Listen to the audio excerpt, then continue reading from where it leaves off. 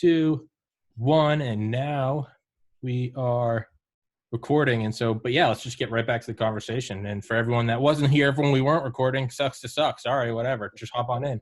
Behind you is the book, White. Is that by Christopher Whitcomb?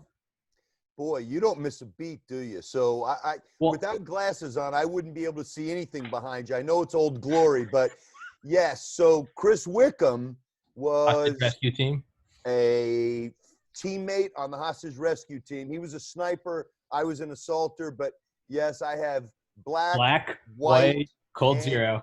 Cold Zero from him. Yep. I haven't read Cold Zero. I read Black and I read White when I was in high school, so 2008 and 2009. Yeah. I adored those books. I loved everything about them. And then I couldn't find them for like 10 years. And that was like my first brush ever with like even the concept of like Black Ops. I was like, what is this? And like, I remember I'd always look for the book and, I'd ask librarians or I'd go looking on Amazon and they'd be like, what's it about? I'd be like, it was about Black Ops. And they're like, what's it called? I'd be like, I swear to God, it's called Black.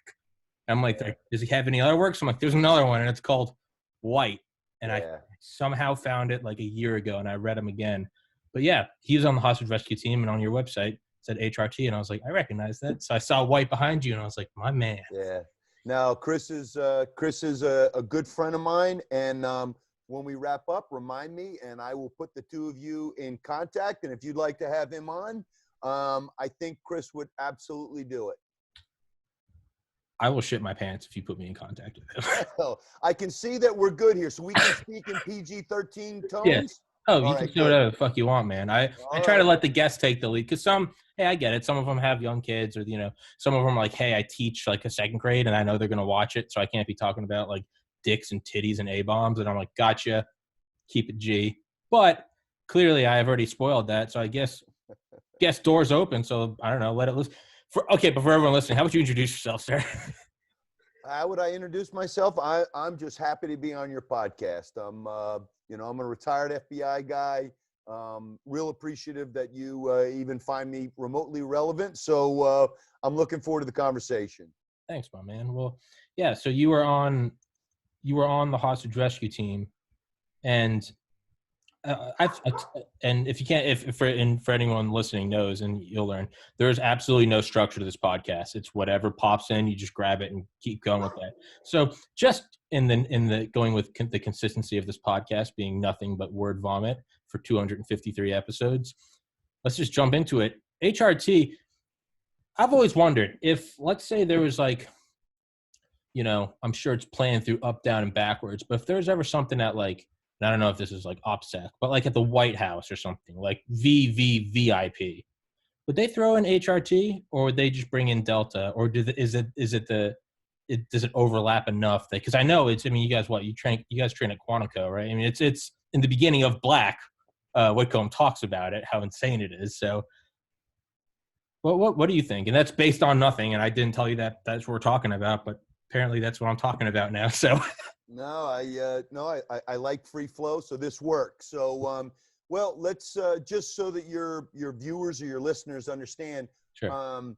The way that it works inside the country, domestically speaking. There's a thing called posse comitatus, which restricts the military from being able to do any type of law enforcement functions inside, the continental United States.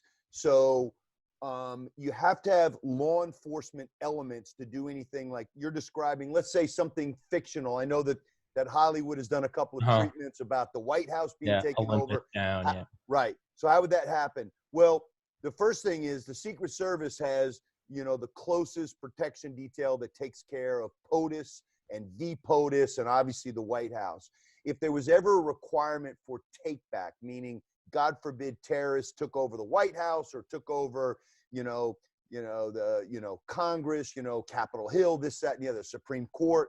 HRT, the FBI's hostage rescue team, is the only tier 1 civilian, non-military counterterrorism operator realm. So yes, they would be at the tip of the spear where that comes. I mean, certainly there's Capitol Police, There's, Washington, D.C. metropolitan SWAT teams. There's FBI SWAT teams that are scattered across the country. But HRT is the one tier one asset that closely models, you mentioned Delta or SEAL Team 6, the Army Rangers, Marine Force Recon, those kind of elements. So in that instance, yes, that is something that HRT trains for, which are take-back missions, meaning somebody has captured somebody that is, a high-value target, and we have to go in and get them.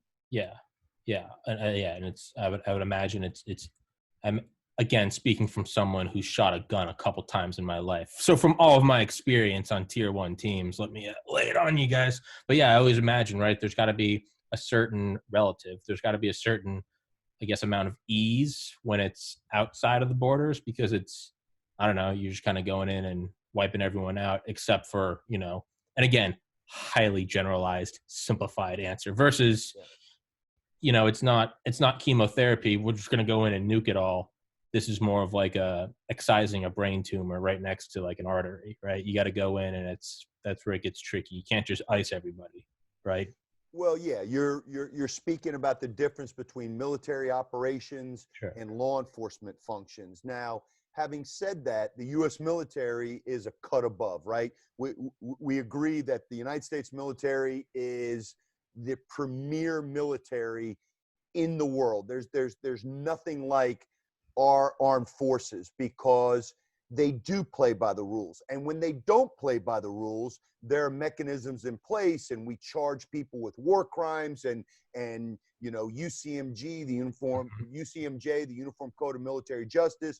We hold people accountable. But yes, when you're in a military situation, the biggest difference is you have fully automatic weapons, and you lay down suppressive fire. When you're dealing with things inside the continental United States as part of a law enforcement function, there's no such thing as suppressive fire. There's no such thing as fully automatic. Every single round that exits the barrel of your weapon has to be accounted for. So there's a slight bit of difference. Now, I'm not suggesting that the military just goes out there willy-nilly, but yes, there are more restraints when you're dealing with a law enforcement function versus a military function. Now, this is more of a random question. What all do you know about something that's always interested me is, and by all means, if you want to take this conversation in any direction, you just grab the reins and I'll follow you. I don't care. So HRT, but also is it CAT, Counter Assault Team for the Secret Service? Sure. So just so that your viewers or listeners, understand, every law enforcement element. Let's go back to, you told me I could take the reins. It's yours. Let's go back to the Olympics in Munich, Germany in 1972, right? The Munich Olympics are famous or infamous for the fact that at that period of time, some Palestinian terrorists took a number of Israeli athletes hostage and then ended up killing them. And at the time, because you got to remember, 1972, we were only about 30 years, 27, 28 years away from the end of World War II, where Germany, Nazi Germany, had been shut down. They were not allowed to have a military. So on the East Germany side, the West Germany side, they were not allowed to have a military. And they had basically border police and they had police officers. But when the hostage situation in 1972 that played out on American televisions and played out on televisions around the world, when that happened, there was no response to it. We did not have, back in those days, other than possibly the British Special Air Service, SAS, is the Israelis had Mossad. Again, Germany had like border police, but in 1972, that was the impetus for the rest of the world to say, hey, listen, we got to step up our game. Now, you move into, the United States, we didn't have any type of, SWAT was a nascent type of construct, because in 1966, August 1st, and I'm going to put my professor hat on here, August 1st, 1966, a Vietnam vet by the name of Charles Whitman, right? He killed his mother.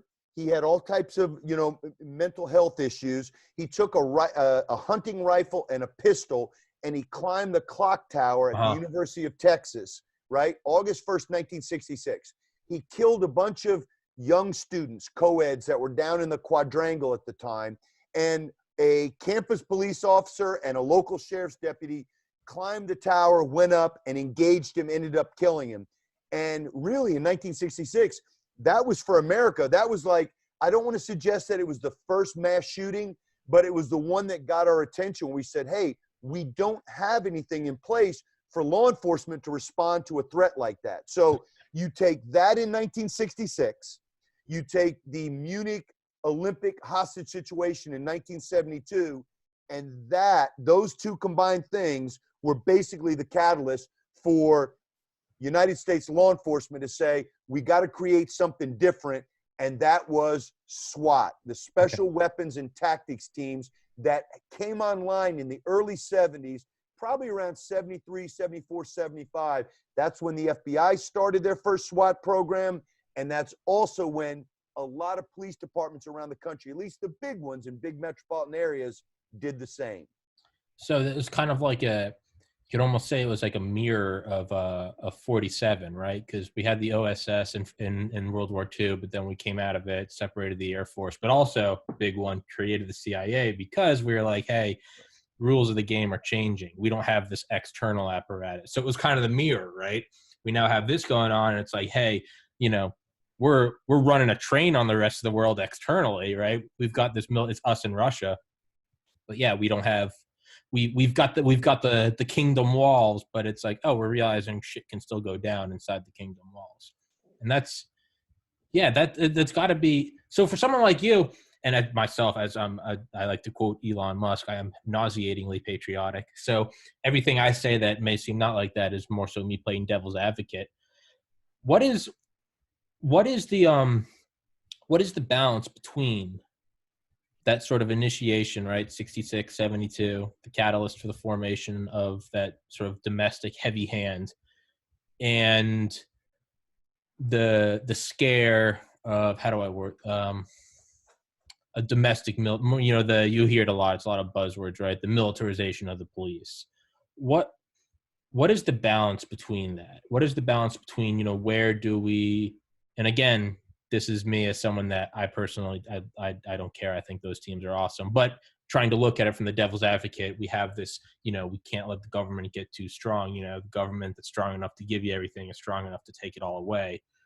What's the fine line we walk with that between militarization of police and having to have those teams, which we need those teams 1,000%. Like, we absolutely need them. What's your opinion on that? Again, take the reins. I'm following you, man. So as a guy who is actually studying this as part of my doctoral pursuit, I'm studying police use of force.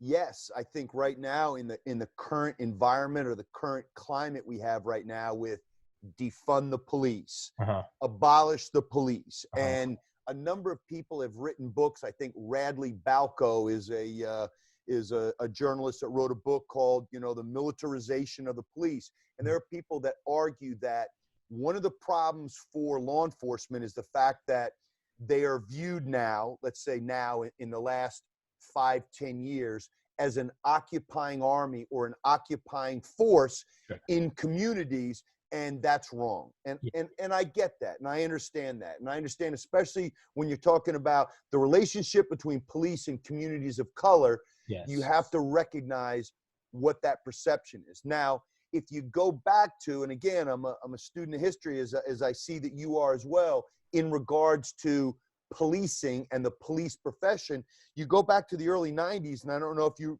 remember, obviously you're younger than me, but the North Hollywood shootout, where two guys outfitted themselves in ballistic armament, and they had, semi-automatic weapons, and they'd robbed a bank, and they basically shot it out with cops in North Hollywood who were outgunned and outmanned. And literally these cops were running into gun stores trying to get long weapons to try to combat these guys. And then you fast forward to say 2015 and the shootout in San Bernardino, where you had this young couple. They were both radical Islamists that had come to this country. They went to a community center, killed a bunch of people, and then got into their vehicle, and they were, they were heavily armed, and police basically had to bring in essentially an armored personnel carrier to try to stop them, to interdict them on the highway. So should police, to your question, should police be up armored? Should they be carrying, what people call, incorrectly, weapons of war? Should they be driving around vehicles that look like they should be in Fallujah instead of on the streets of New York? And here's my answer. Well, the bottom line is, yes, you don't need those all the time. I mean, American policing is, we live in a fairly safe country. Yes, we have cities like Chicago and Baltimore and Detroit that have a higher per capita, series of violent events than other places. But do we need those? And the answer is, well, no, you don't need them 24/7, 365 days of the year. But when you do need them, do you not want to have them at your avail?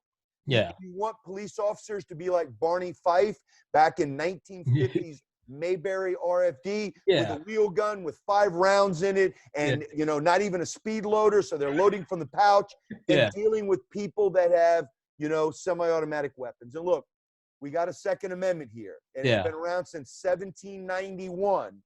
And yes, I'm a firm believer in the Second Amendment that private citizens should be able to own weapons and should be able to peaceably, bear arms. But the bottom line is, if we don't have a police response that can interdict, like, go back to 2017, 2018, we had that series of mass shootings, school shootings. I mean, go back to 2012 in Newtown, Connecticut, and just going forward.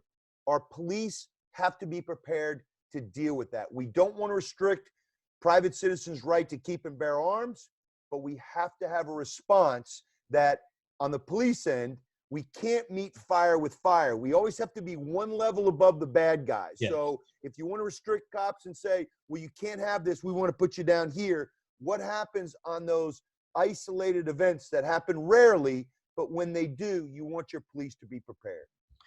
Yeah, it's almost like the police need a Second Amendment, if you will, right? It's I don't know anything about fighting, like physically fighting, but and I haven't listened to it, but I always listened to Joe Rogan in college. I graduated in 2013, but I remember he would always say that, I think his name was like an ex-cop. His name was Big J Ogerson. And I just remember that name because I'm OCD and I remember names. But he said, like, you have to have this guy during MMA fights, because when you have these two guys training, these killers going after each other, but then what happens when the bell rings and maybe the tempers are still flying, you can't have Tommy going in there like, all right, guys, let's end the fight. Like, no, you have to have a strong arm, right? It's like me and my brothers fighting when we're little. We can duke it out, but dad's going to step in if he has to. You almost have to have that, like, if we're going to live at this, I guess, this used up armored Humvees, if we're almost going to have like an up armored society, Second Amendment, which I argue defends the First Amendment, and which is why America is still at the top and will continue to be. You almost have to take what comes with that, though, right? It's not, you don't just get one you can't have your cake and eat it too. When there is violence, it's not going to be a knife attack in a subway like in England or something. It's going to be someone going to Mandalay Bay with a long rifle and shooting at a country music show. So it's like you have to take that as, you have to have dad to come in, right? And then again, and now you can get into some really weird 1984 lingo. Really, you need dad, you need big brother, right? But I'm in agreement with you 100%, because if you don't, let's just look at, like, I don't know, CIA, right? You go long enough time since an attack, and what are we doing, man? Why are we in these countries? But then you watch on live TV as 147 people jump from the North Tower and hit the sidewalk at terminal velocity on a Tuesday morning, and you're going, why isn't the CIA taking the gloves off, huh? Why don't we have more black sites? So then we all get riled up and we beat the drums and let's go fuck up some people. And we do, but then enough time passes, and then like hypocrites, myself included, we start to go, man, those warmongering Dick Cheney, George, what are we doing? What are we better than the Gestapo? Why do we have black sites? And then something happens, and we all go, how come we didn't take the gloves off? And you go USS Maine, and then you go Pearl Harbor, and then well, Gulf of Tonkin, not really, but or you say Weather Underground, Kennedy, and it's these things happen, attempt on Reagan, these things happen, and they happen, and then we all get riled up, and then a decade goes by, and everyone gets upset. How come we weren't there? How come? So it's almost like you're damned if you do, you're damned if you don't.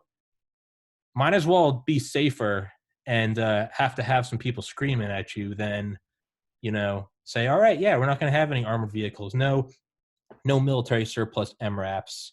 And then 50 kids die at a kindergarten, and it's okay. Now we're going to have this big hearing, and we're all going to get. I'm getting way off topic. I'm just ranting. No. Yeah, it's yeah.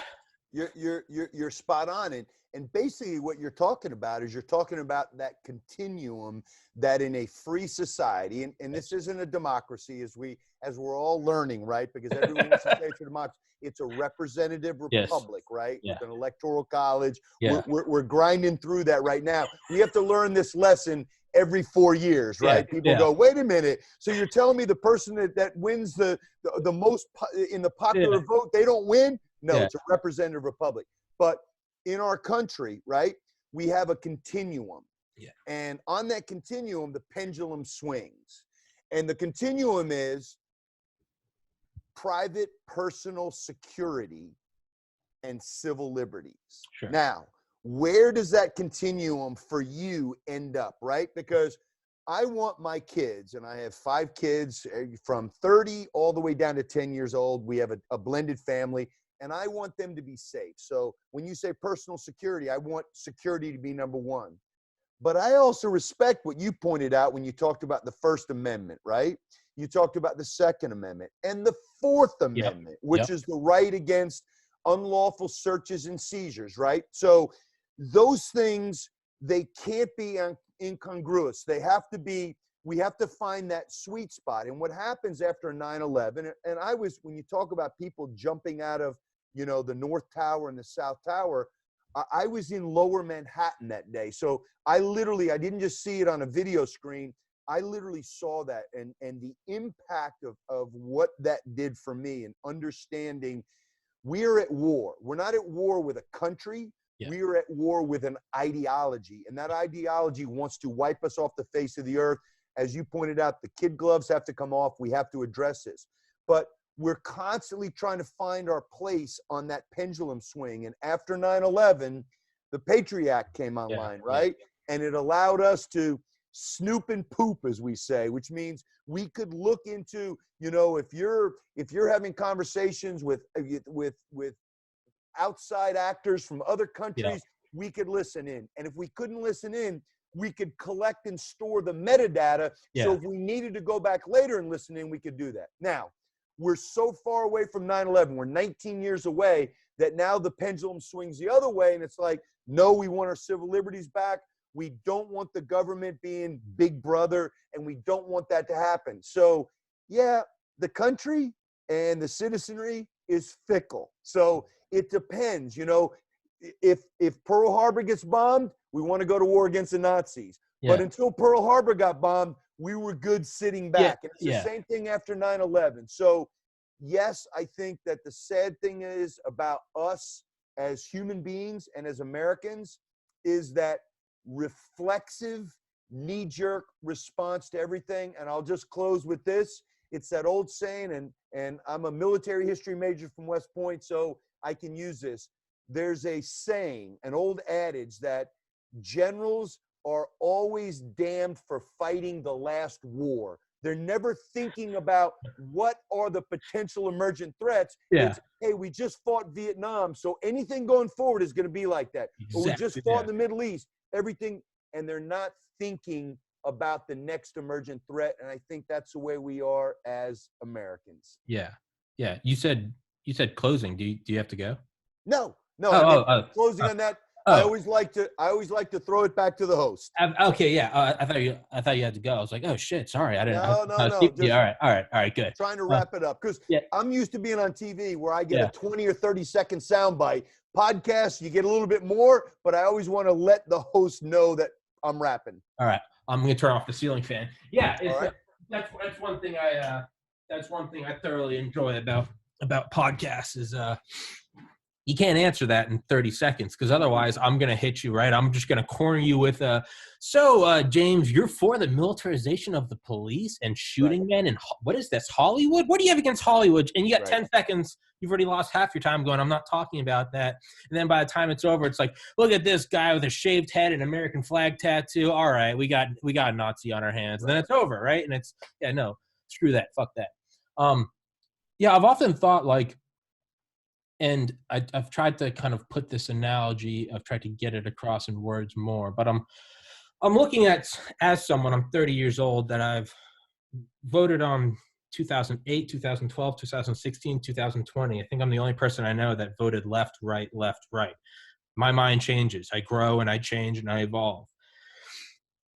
And I'm starting to look at it more, and as someone that's lived in the North and in the South, and in urban areas and in rural areas, I've kind of got a nice spattering of all of it. And I've always found that once I live somewhere for a couple of years, I first get there and I'm like, man, these people are backwards. And then as I'm there longer, I start to understand it. And then I'm like, oh, this is the way.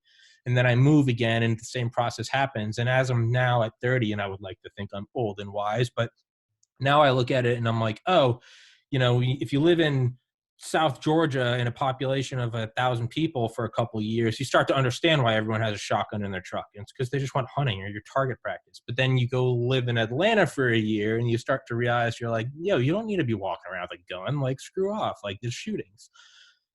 I had on Rob Manning, who's the head of NASA JPL, and he talked about, the importance of the moon for Earth, and that it constantly is tugging on the Earth with tidal forces. And it keeps, not only with the ocean tidal forces, but the core, it keeps the core of the Earth churning, which acts as this constant source of heat and energy that keeps obviously the sun as well, but it's a huge source of the energy into our system, capital S, physics, a system. And that without the moon, it wouldn't be like that. An analogy is kind of like if you grab a paperclip, bend it back and forth really quick, the center starts to get hot. All of that sort of crazy and seemingly unrelated rant to say, it kind of seems like, or at least in my limited experience, that America works because it's always, we have the moon and the Earth, and that's not a good analogy because one of them's bigger and more important than the other, and I don't want to say that about left or right. But we almost have the moon and the Earth of the Democrats and the Republicans, or the Republicans and the Democrat, pulling and churning on the core. And maybe we can't have one set thing, and then like the pendulum swings, but maybe it's not that the pendulum swings and where do we want it to rest so much as that I think we want the pendulum to keep swinging, because it's almost like a mechanism, right? You go left foot, right foot. Maybe you go Pearl Harbor, militarization, calm down, JFK, overreach, communist scare, calm down. Reagan build up SDI, Star Wars, and Bill Clinton in the 90s, 2001. You have this thing, and all the while, myopically, it looks like it's insanity. We can't make up our mind. What do we want? Guns or no guns, safety or liberty? But if you zoom out and you look at it, I mean, this thing's been trucking for almost 250 years. Like maybe really what it is this is just the pistons of the engine, but the stroke cycle is 50 years instead of a millisecond. And I've brought that up with other people, both on the left and the right, and they all kind of look at me and they say, you're a moron. What do you think about that? But is that the way? Because if we just decide we all have safety, well, now you're going to get a runaway fascist government. You're going to have MRAPs in every cul-de-sac. If you don't do that, you're going to go to this Wild West libertarian wet dream. Do you think that there maybe is evidence, or not evidence? What are your thoughts on that? And feel free to shoot it down. I have thick skin. Nope. I think it's unfortunate, but I mean, the country's been around for 244 years, and it still is an experiment, right? Because when you think about, the planet is what, 4.5 billion years old. Yeah. I think civilization's been around for 200,000 years, and the United States is a drop in the bucket at 244 years. Yeah. So when we talk about this as being the great experiment, it truly is. And that's why, as Ronald Reagan said, democracy is only one generation away. It literally is. So I believe that having a two-party system is good in the sense that, it balances it out, because, if the right goes too far this way, and I'm like you, I voted for Democrats and I voted for Republicans, and, you've got that balance. The problem is now, the people driving the conversation, think about it as a football field. Sure. They're from the 10-yard line to the goal line on both sides. The rest of us are between the 10-yard lines to the center field. Yeah. The fringes, 10 and in, they're driving the conversation. And it's not the vast majority of people that really exist between the two 10-yard lines and say, okay, I think this about this, but regarding this, I think this. That's the majority of it. So, I think it's good that we have a balance that, if the right gets too powerful or too full of itself or wins an election, 2 years later, the left can do the same thing. Yeah. The problem is, it's just like the old saying about the squeaky wheel gets the oil. It's the loud voices on the extremes that drive the conversation. It's not the people on the inside that go like me, that, hey, I'm fiscally conservative, but on the social end, I'm probably just to the left of center on that. So let me find that sweet spot. But you can't run a campaign nationally on that where you go, hey, I want to be responsible with taxpayers' money, but I also want to do the right thing for people, and I want to be appreciative of social issues that are important to people on the left. You can't run on that. You've got to run on this or that. And unfortunately, that's the problem in our two-party system. Henry Ford said, whether you think you're right or you think you're wrong, you're probably right. So I would like to think that was your informal announcement for your presidential run in 2024, right? Ain't happening. That's what I heard. That's what I heard. No, I read between the lines. I see it. I learned a long time ago. Look, 40 or 50 or 60 years ago, maybe. But the way it is now at the national level or even at the state level, they don't just try to destroy you. They try to destroy your family. And that's why I think a lot of good people will never run for higher office, because they look at it and they go, I don't want to subject my family to that. Look, I'm happy in my tiny little upstate New York village, and I'm happy to serve, and I'm an elected village trustee. I'm going to run for mayor here, but it's a small little enclave.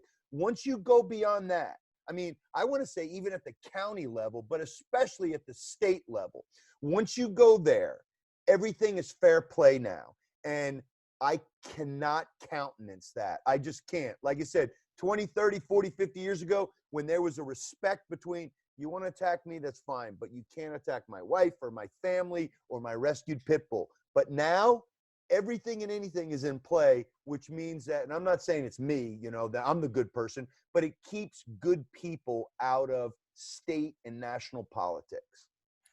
Obviously, very easy for me to talk. I'm single. I don't have a pet. I'm not married. I don't have kids. Easy for me to talk about it. But because I'm a hypocritical asshole, I'm going to hop up on a high horse.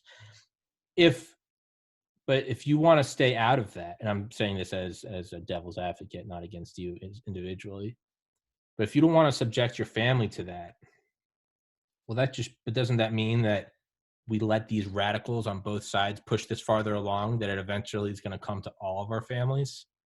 No, because I think there's different ways to serve. Like, okay. I truly believe that. And the reason I ran in a local election, and again, I'm a village trustee in a tiny upstate New York, bucolic, idyllic. Let me think of some more adjectives. Norman Rockwell. Right. Well, yes. It truly is. It is the town that time forgot. Was because I'd spent my lifetime. I'd spent 8 years in the U.S. military, 25 years in the FBI, and I just felt I wanted to give back locally. local politics is vastly different from national politics. When I'm on Twitter, and I like to go on Twitter, and I like to shoot my views and say this and argue with people and the whole 9 yards.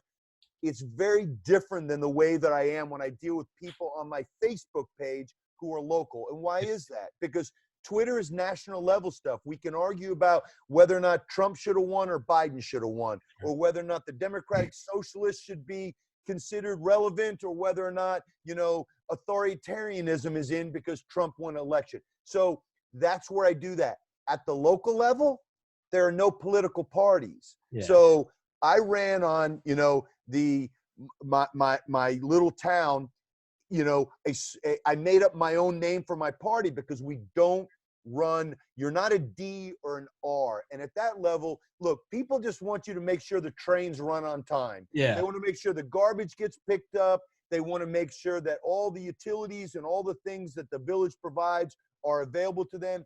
And yes, sometimes there are bigger, more macro level things to deal with, but we do it whether or not you voted for Bernie Sanders in the primary, or whether or not you voted for Donald Trump. We work on it the same. That I appreciate. I wouldn't want to go to the next level, which is, oh my gosh, if you choose to be a Biden guy or a Trump guy, you're bad because of this reason. At the local level, we try to keep that out of it. Yeah. Yeah. It's kind of like, but I kind of look at it more like, yeah, I was going to say, yeah, Twitter or social media, jump on and shoot your views off. What I do is like, I like to get on, and whether I'm left or right, depending on where I am in life, I like to hop on and I visualize it as like the actual movie Black Hawk Down, right? Jump out from behind the corner with your AK and you just spray, and then they jump back in, they're high on cot, and that's what I do is I hop on social media, I spray some bullshit, I disable notifications. I delete the app off. I'm not making this up. I delete the app off my phone. A couple days later, I see an article I want to push or a meme, hop on, put it on there, make it the story, jump off. And I have no idea, but just, incite the fire. I throw the napalm into the jungle and then run away. But yeah, it definitely takes on a completely different nature. But the more and more people I talk to on this podcast, and I'm finding whether you're looking on Facebook or Twitter, right? You get those, you just see someone's status or a meme and you're like, fuck this, enter adjective, this fascist Republican, this communist Democrat. But then when I have those same people on my podcast, like my buddy Ernie, I mean, like, look how white I am. I'm from New England. I'm a white Roman Catholic male with blue eyes and a conservative. And then I have on my buddy Ernie, who I went to college with, and we used to drink vodka and play video games together. Born in Mexico, first-generation immigrant, worked in the Democratic Party, and interned for Obama. We are polar opposites. And if he or I ever comment on each other's stuff on Facebook, it gets heated. But he's been on this podcast several times, and when we can have like an hour-long conversation, it's nothing but love. It is just, we're seeing each other eye to eye. We make concessions. It's, okay, I see where you're coming from. But the point of me saying that is, with everyone I talk to about that, you start to see everyone truly does feel like that they are in the middle 10 to 10 yard line. But then they all say the same thing. No one could ever run a party from the center because that doesn't work. So now it's 9 out of every 10 people I talk to are all saying, I'm in the center, but a center party would never work. Now I'm feeling like there's this massive underswell, and why doesn't someone just try? Because you might get an overwhelming, which is why, again, I'm pushing you for the 2024 presidential election. So, all right, I'm going to pretend you didn't ask that. But now think about what you just said. So we're engaging right now on a flat two-dimensional medium. Now, it's not as bad as email, because email, you're just a name to me. And I get lots of email, and you deal with a lot of people on email. If you text somebody, that is a flat two-dimensional medium. Yeah. This is still flat and two-dimensional, but there's a little bit more depth in it, because you give somebody an opportunity, whether it's your buddy that you spoke about, the first-generation immigrant, or me, you give them the ability to go, if you make me answer in a soundbite, I'm going to sound like a Nazi. Yeah. If you allow me to build it out, you'll go, okay, now I get it. That makes sense. You're not a Nazi, or you're not a socialist, whatever the pejorative of the hour is. Yeah. Human communication, right? Connection. 55% of what you and I are doing right now is body language. Yep. 38% is tone.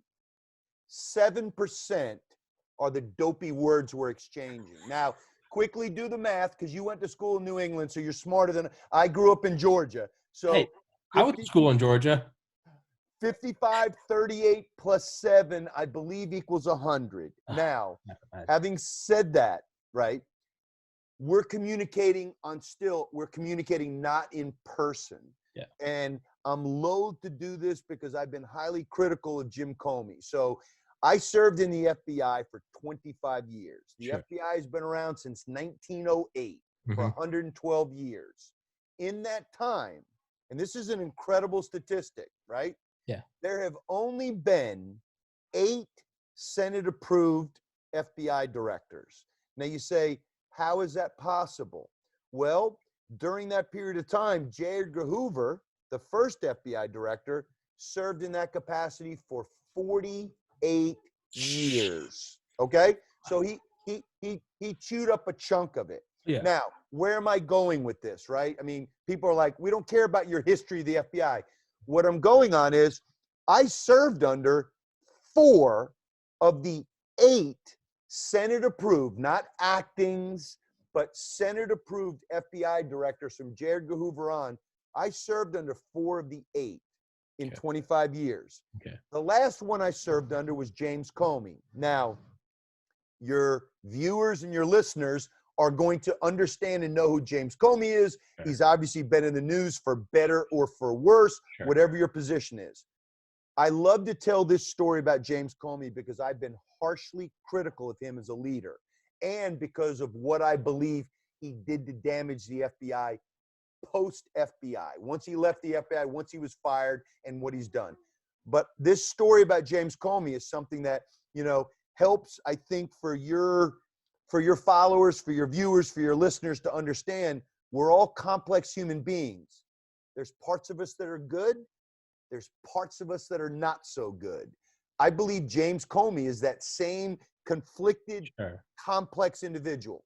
I don't like the decisions he made at the end of his FBI. He was the FBI director for 3 years, 8 months, and 5 days. You can look it up because I'm a savant when it comes to that stuff. I don't agree with what he's done post-FBI. And again, I get it. He's got a protagonist or an antagonist Sure. on the other side. But here's the thing.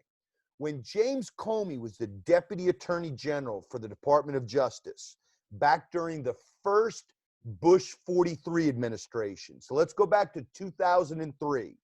James Comey is the number 2 in the Department of Justice in a Republican administration. George W. Bush had been president for a couple of years. John Ashcroft was the Attorney General at the time. So James Comey is the Deputy Attorney General. He's at the Department of Justice, what we call Main Justice, down in Washington, D.C., right down the street from the White House, very close to walking distance from FBI headquarters on Pennsylvania Avenue. So it's a rainy afternoon, right? And the rain is coming down in buckets. It's just sheets of rain. Jim Comey, the number 2 at the Department of Justice at the time, walks out of his office. It's about 5:05 in the afternoon. He's got his London fog over his arm, and he's got a briefcase, and he's all of 6'8", and he's striding down the hallway, and he bumps into a guy who's coming around another corner, and it's Chris Christie. Now, Chris Christie, as we now know today, is a former Republican presidential candidate, former governor for the state of New Jersey.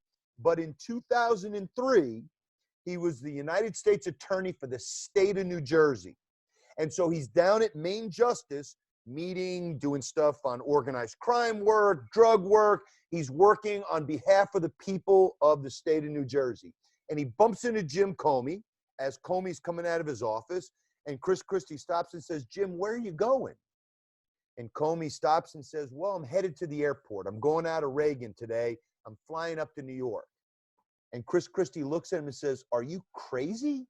It's a Friday afternoon in D.C., pouring rain outside. and you don't have any relatives in New York. I mean, you got family in Connecticut, but why are you flying up to New York? Jim Comey says, well, the New York Times editorial board sent me some questions and wanted to ask me those questions, and I'm going to go up and meet with them. Chris Christie takes a step back and goes, are you nuts? Have you lost it? Have you read the New York Times? I mean, you do realize that you are going up to New York and you are going to enter the lion's den. That is a pit of vipers. The New York Times editorial board, are you insane? Why don't you just shoot them an email back, answer the questions, and don't deal with them face to face? Jim Comey stops, a dramatic pause, and says, because Chris, it's impossible to hate up close. Oh, and shit. As I look at James Comey, a man that I've been hypercritical of on the air at CNN and in op-eds that I've written, that's a great story. Jim Comey knew that dealing with the New York Times at that period of time, they hated the Bush administration. Sure. They were not a fan of John Ashcroft as the, Attorney General for the United States. And Jim Comey was going to go meet with them face to face and sit down when he could have just shot an email to him. And he says, nope, I'm going to talk to him, because face to face is so different from that flat two-dimensional medium of I'm going to type them some answers. And I never forgot that. And so any opportunity I had, I heard this story probably in the late 2000s. And I was still in the FBI at the time. And I was like, and Jim Comey wasn't the FBI director yet. But I always thought that. I'm like, wow, that's really powerful. Any opportunity I have to meet somebody face to face, even people that are the biggest trolls in the world, but if they're local and they want to talk to me about a local issue, or they're people that have an issue with something I said on CNN, if there's an opportunity to meet them face to face, it's impossible to hate up close. I think that's brilliant. That's absolutely, because you're right. You meet any, and it's not even in the sense of like, say it to my face. It's just, you go up and you're like, what's up, man? How you doing? Like, what's going on? Like, you can't just attack someone like, oh, you're a dirty commie, you're a dirty Nazi. It's just like, well, I had these questions. You just sit there and offer. That's brilliant. Well, one of the things I think that for me helped solidify that was I got hired by CNN back in 2017. So this was a period of time where CNN went from, straight down the middle, straight news reporting to became a little bit, let's just say, hostile toward the current administration. And, when I was on panels or whatever, and again, I'm in the law enforcement realm. They didn't hire me for my political views. They hired me to call balls and strikes in law enforcement stuff. But still, I mean, law enforcement, unfortunately, in 2020, there's an intersection with politics or with policy. And one of the things I appreciated about being at CNN was not a lot of people there think the way that I do.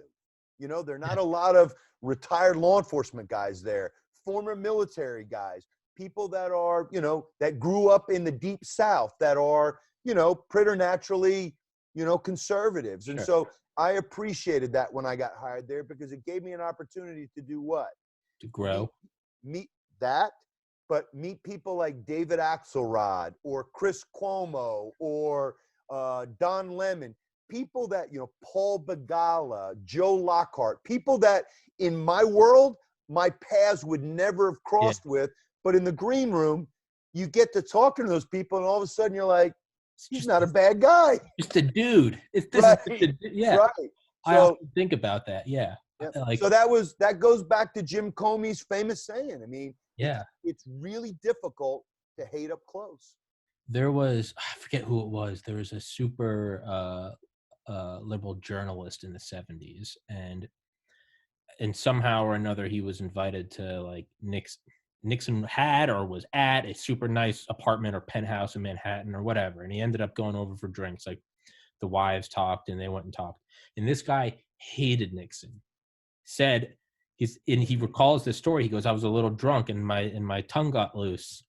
And I said, I can't believe I'm having a drink with someone who I thought was the epitome of evil. Because he said after that, he goes, He goes, not only is he not a bad guy, he goes, I think that's the smartest man I've ever met in my life. And he goes, it takes so much humility to say that, but that's my favorite. There's nothing I love more than like meeting someone who on paper, I'm like, fuck that person. And I walk away, I'm like, dude's pretty chill, right? You could have a beer with that guy. That guy's, but it also helps you. You then must conclude, okay, they have different politics than me. Well, if that's a normal dude who's got a dog and a wife and some kids and whatever, got a used car, you're like, if that's a normal dude I can shoot the shit with, you must conclude that whatever led to their politics isn't some nefarious anti-American backstory, but rather, just a difference in backgrounds and a difference in life events that culminated in a different person. That's what I love. Yeah. Yeah. Yeah. So true. No, so true. And I think, when it comes to the way that the country is so riven by partisan political differences right now, or for me, looking at the policing profession, and we touched on it early on in this conversation about the militarization of police, or, how has policing changed over time? And is policing what people are saying now? Is it an arm of white supremacy? Is it is it about authoritarianism? And is it about keeping particular races oppressed? And as I look through that and I study that, and I become, and it's true, an advocate for policing, because that's what I do. But from the academic perspective and from the the practitioner perspective, having been in that, trying to explain policing and trying to explain not just what the job is, but what the people that are attracted to the profession, what they're about and what their mindset is, and trying to explain that to people that, to your point, that look at them and say, boy, you look like a bunch of jackbooted thugs. You look like a bunch of Nazis. Or you look like a bunch of, hey, it's the Edmund Pettus Bridge in 1965 from Montgomery to Birmingham, and you're there with attack dogs and fire hoses, and trying to explain that. So a big part of that is just trying to find people that are open to discuss it and that don't shut it down, because so much now on both sides, but so much now, especially with the left, and trying to talk to them when they are so charged up with this abolish the police, defund the police nonsense, and trying to explain to them, we live in we're blessed that we have people that make a pittance for a salary, that are willing to go to the sound of the guns, that are willing to put their lives on the line. And they will do that whether you're black, white, brown, green, male, female, immigrant, non-immigrant, whatever it is, but trying to make sure that people understand that. And right now, because we're talking past each other, it's become really difficult to do. Yeah. As well as like censorship. Like I look at it as like a free market. Like, dude, if someone wants to go out and spew some horrible shit, let them spew some horrible shit, and let all of their friends stop talking to them. Make it so that no girls want to fuck them. No one wants to buy them a drink. No one wants to invite them over to watch football. It has its own natural feedback system. Yeah. But the idea that you're just gonna, because when you say you can't look at this, you don't look at that story, I'm silencing that. I went from not giving a shit to now I'm like, no, I want to read it. Why? That's like, you can't. Right now I'm reading about Oswald, and it's like, he never had any problem. Lee Harvey Oswald, he never had any problem getting his hand on like communist papers, and that's what it was. Is like, they're like, he was like questioned, like, who told you to read the Das Kapital? Who told you to read? And he was like, no one. I just went to the library and got it. But I go from that to say, like, when you try to silence stuff, to me, that is because at the very basis, we have to at least be able to agree to disagree. When you wipe out someone's ability to even look at something and tell you I disagree, well, that's nothing good comes after that. Because right now we're at the beginning of trench warfare verbally, and we saw how that went from 1915 to 18 and 14 to 18, and it didn't work out too well. But almost 4:00. Can I keep you for like another 10 minutes and then we'll wrap this bitch up? You got it. Sounds good. All right. So from a stance of, and I hope so, I would love to have you on here a second time. You got it. Or 100th time. No. Is pure speculation now. So now we're just going wild speculation. If anyone listening was hoping for like factual or citation based arguments, tune out now. How does the election, or how does the shit show, this absolute, there's no other word for it, shit show of a U.S. election? You know, of course, 2020 ends. I don't know why I thought 2020 would give us anything other than a complete shit show of, oh, maybe it will end well. No, 2020, you know what? It came through as well as it should have come through. This is, of course, how 2020 ends. How does this election end? What the hell happens? I was 10 years old during the Bush-Gore thing, and I vaguely remember like watching it on TV every night and being like, why is this still going on? But even that is just, I mean, I was in 4th grade. This is obviously more fully conscious and aware of what's going on. How do you see this going on, or ending, or carrying out, or unfolding? This is how I see this all unfolding and ending. The founding fathers were brilliant. They're fucking geniuses. And so the constitutional guardrails that they put in place, right? The constitutional guardrails will hold. There are people on the left that panicked about Trump being elected and his craziness and his inability to deal with things the way that we expected with norms and institutional guidelines.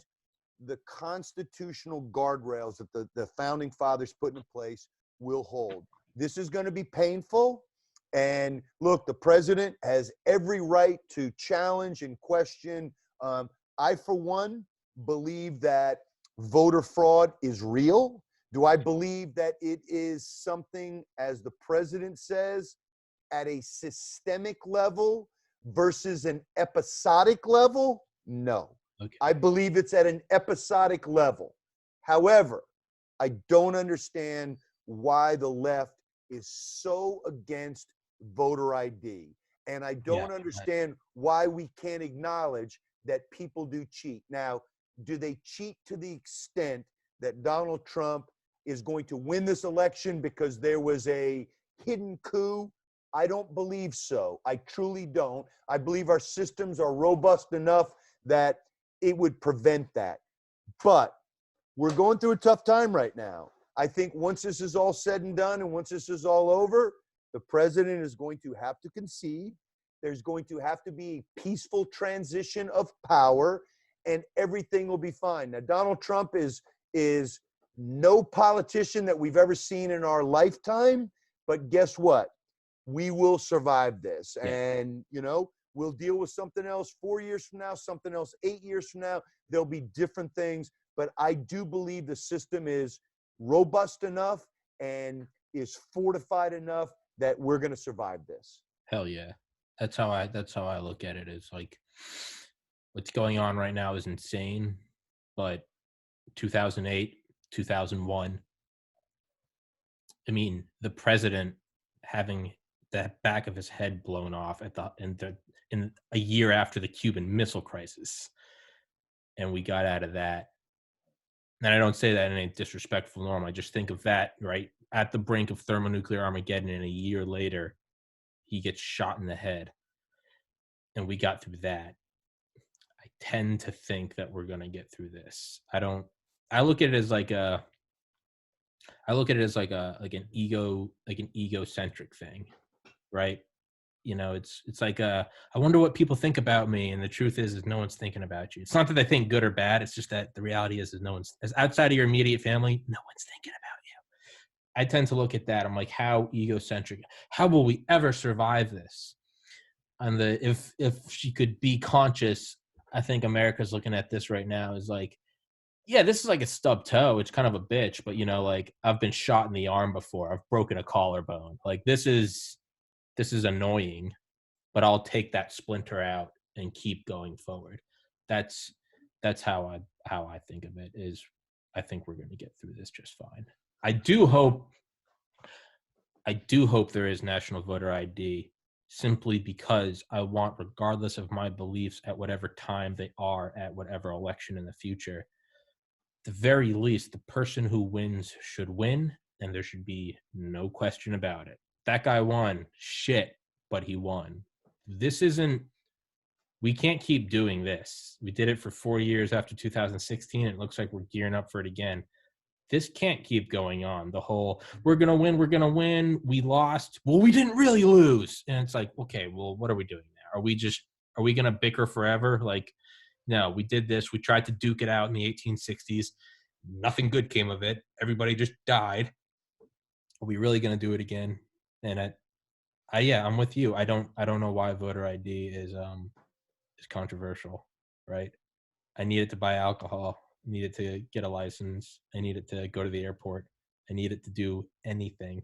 I needed to buy NyQuil. Why can't I just show it? Right? Right. I watched an interview with Marilyn Manson on Larry King from like the late 90s or something. And he was just sitting there, of course, just looking like a satanic worshiper, but he's just very calm, cool, collected. He's like, I went and voted today, and they didn't ask for me for my ID. That was kind of weird. I was just thinking, I was like, this permeates all thought processes of all. I mean, Marilyn fucking Manson on Larry King was like, that's a little weird that you don't need your ID. So I'm with you on that. Like, let's wrap that up with voter ID. But we will wrap this bitch up right now. Thanks for the conversation, man. That was awesome. I thoroughly enjoyed it, and that was awesome. I appreciate you asking me, and I'll take you up on that. I hope you do have me back, because there's plenty of stuff we can talk about, and I would look forward to it. Absolutely, man. My pod, you walk on whenever you, and I don't, trust me, if I didn't want you back on, I'd be like, thanks for coming, dude, and then I'd just never talk to you again. Please put me in touch with Christopher Whitcomb. You got it. I will geek out. But I'll send you an email, and let's definitely do an episode in the future. Wait, how do I say your last name? I should have asked before we started. Galliano. It's Sicilian. The second G is silent. James A. Galliano. Thank you for coming on, sir. And thank you for giving me an hour of your time, man. I appreciate it. You got it. Thank you. And I'll make it happen with Wickham. I'll get in touch with him and make it happen. Thank you so much. Take care, everybody. Happy Thanksgiving. God bless America. Stay safe, everybody. You have a good one, man.